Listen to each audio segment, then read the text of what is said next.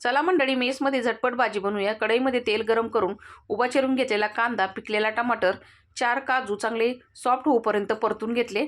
आता हे वाटण आपल्याला थंड करून घ्यायचं आणि त्याच्यात आपल्याला कोथिंबीर, लसूण, अद्रक टाकायचं आणि मिक्सरला वाटण फिरून घ्यायचं।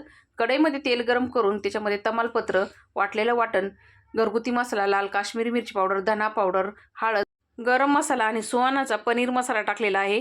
आता हे मसाले आपल्याला तेल सेपरेट होईपर्यंत परतून घ्यायचे।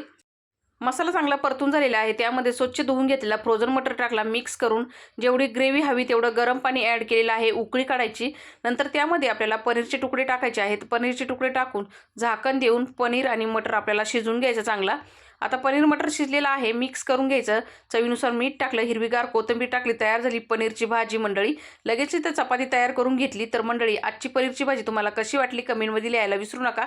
या तुम्ही पण पनीरची भाजी खायला भेटूया पुढच्या व्हिडिओमध्ये। धन्यवाद।